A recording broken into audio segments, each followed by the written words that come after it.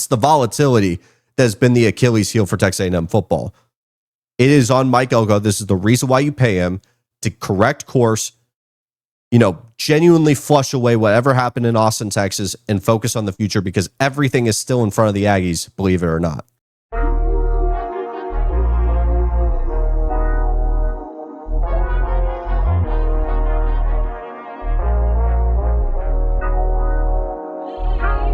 This one's going to be painful. I don't want to talk about it. Are y'all all right if I don't talk about the Lone Star Showdown? No, you guys want me to talk about the Lone Star Showdown. Okay. Number 3, Texas A&M scored 17 points on the road, while Texas, the number 16 team in the country, scored 27. The Lone Star Showdown has come to a close, and once again, Texas has beaten Texas A&M for back-to-back years. A&M is officially 11-1. Texas goes 9-3, but let's talk about the winners here. I'm not kidding when I say that there's no notes for this game. I'm going to be talking from the heart. I'm not going to talk about any stats. Texas and A&M, this was the definition of the 2024 game. This game was so eerily similar to last year. We're talking about a Texas team that worked so well with a lead, very much would get to that lead, and even though it felt like 10 points was just an arm and reach away, it really felt like 17. It felt like this offense for Texas A&M just could not get it going. And you had Texas finally run the football like they haven't been able to do all season. Arch Manning making just enough plays, very similar to Quinn Ewers making just enough plays. And you're looking at this game, and even when A&M had an opportunity to maybe get to a one-score game, you're looking at Marcel Reed, and you're like, this team doesn't have any offensive identity. They are playing not to lose, they are playing not to lose versus playing to win. It felt like Texas in the second half were the aggressors.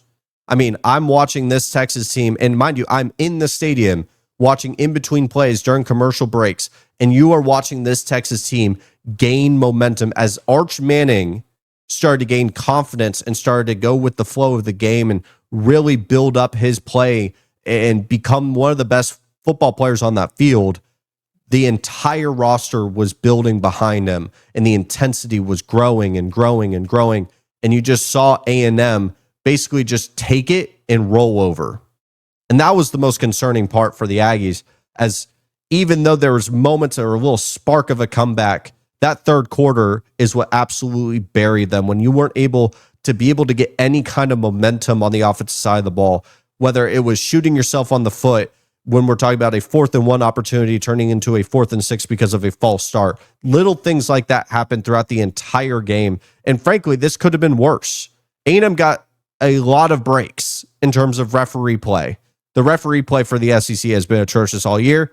It was atrocious in this game. A&M caught a ton of breaks from the referees, and yet it was still only a 10-point loss. A lot of people are going to talk about Texas being 9-3 and whether or not they should meet at the college football playoff. I don't think they'll make it. Do they have a fair point when they say, if we had scheduled Kent State instead of Ohio State, would we be in the playoff then? You absolutely would be. And frankly, my concern isn't for 2025. It's broadening the scope to 2026, 2027, 2028, when they used Texas and what happened this year, getting 3 top 10 wins, an out-of-conference loss that was a quality loss, but at the end of the day, it's 9-3, and using them as a bargaining chip to expand the college football playoff to 24. It's going to happen. I think it'll happen. And I'm not one to expand the playoff more than what we've already expanded it to. I think the 12 team is just fine. Pardon me, I'm still dealing with a little bit of a cold. And Texas will not make it because of the chaos that we're about to deal with. And I think that they played their best game of the season. And when we talk about A&M, a lot of people are going to point to the fact of how light their SEC schedule is, which it was. It was. My biggest thing with the SEC schedule, or A&M schedule in general, was the fact that you had people time and time again predicting A&M to lose, and then when they would win in convincing fashion, you'd say, oh, well, they didn't have this. Oh, they sucked. Oh, their coach sucks. That was my biggest problem. I never denied the fact that this was a light SEC schedule. But I would also say A&M has always been a volatile team, and clearly this is a talent roster for Texas that just has A&M's number offensively. It is on Colin Klein and Marcel Reed and this coaching staff to figure out how to break this team. And you have just now let your biggest rival not only kick you out of the SEC competition and championship 2 years in a row, it's very much like Ohio State, Michigan. I look at this as a failure, not as a season, but on Mike Elko. Your job is to beat Texas. I don't care what your record was for the 11 games leading up to it. You got to beat Texas. Because now it's 15 years between the last time you beat Texas. Now, I understand there was like a 10-year gap of not playing them. That's not what Texas fans are going to talk about. I think Mike Elko's just got to figure out, but that's a problem for the offseason. Because A&M is now going to go to the college football playoff first round, and their consolation prize, oh, boo-hoo, it's a freaking home game at Kyle Field, probably against the ACC champ or a group of 5 representative. So as an A&M fan, I'm not that mad, but it definitely stings to lose to Texas in the way that you do, especially just even if A&M goes on a good run, which I don't think they'll win the national championship just because Ohio State is that freaking good. No matter what you say this season, your biggest rival could say that they beat you.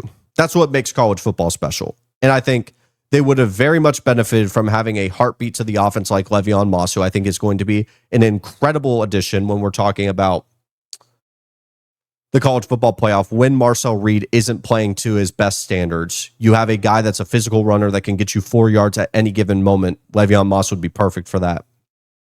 And for Texas, when they don't make the college football playoff, this is a great, I guess, stamp to the end of your regular season to go into 2026, more than likely with Arch Manning, who I think is incredibly talented and probably will put it all together his junior year or his senior year.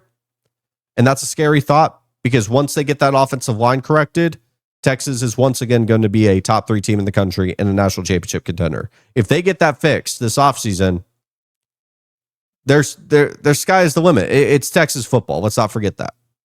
So A&M goes 11-1, disappointed, but they still have the rest of their season in front of them. And my last note on it, actually, this loss to Texas is going to be the biggest test for Mike Elko's culture. How are you going to respond from an emotional loss? You're going to have plenty of time between now and your first round college football playoff spot. You're going to have your returning Le'Veon Moss, returning Scooby Williams.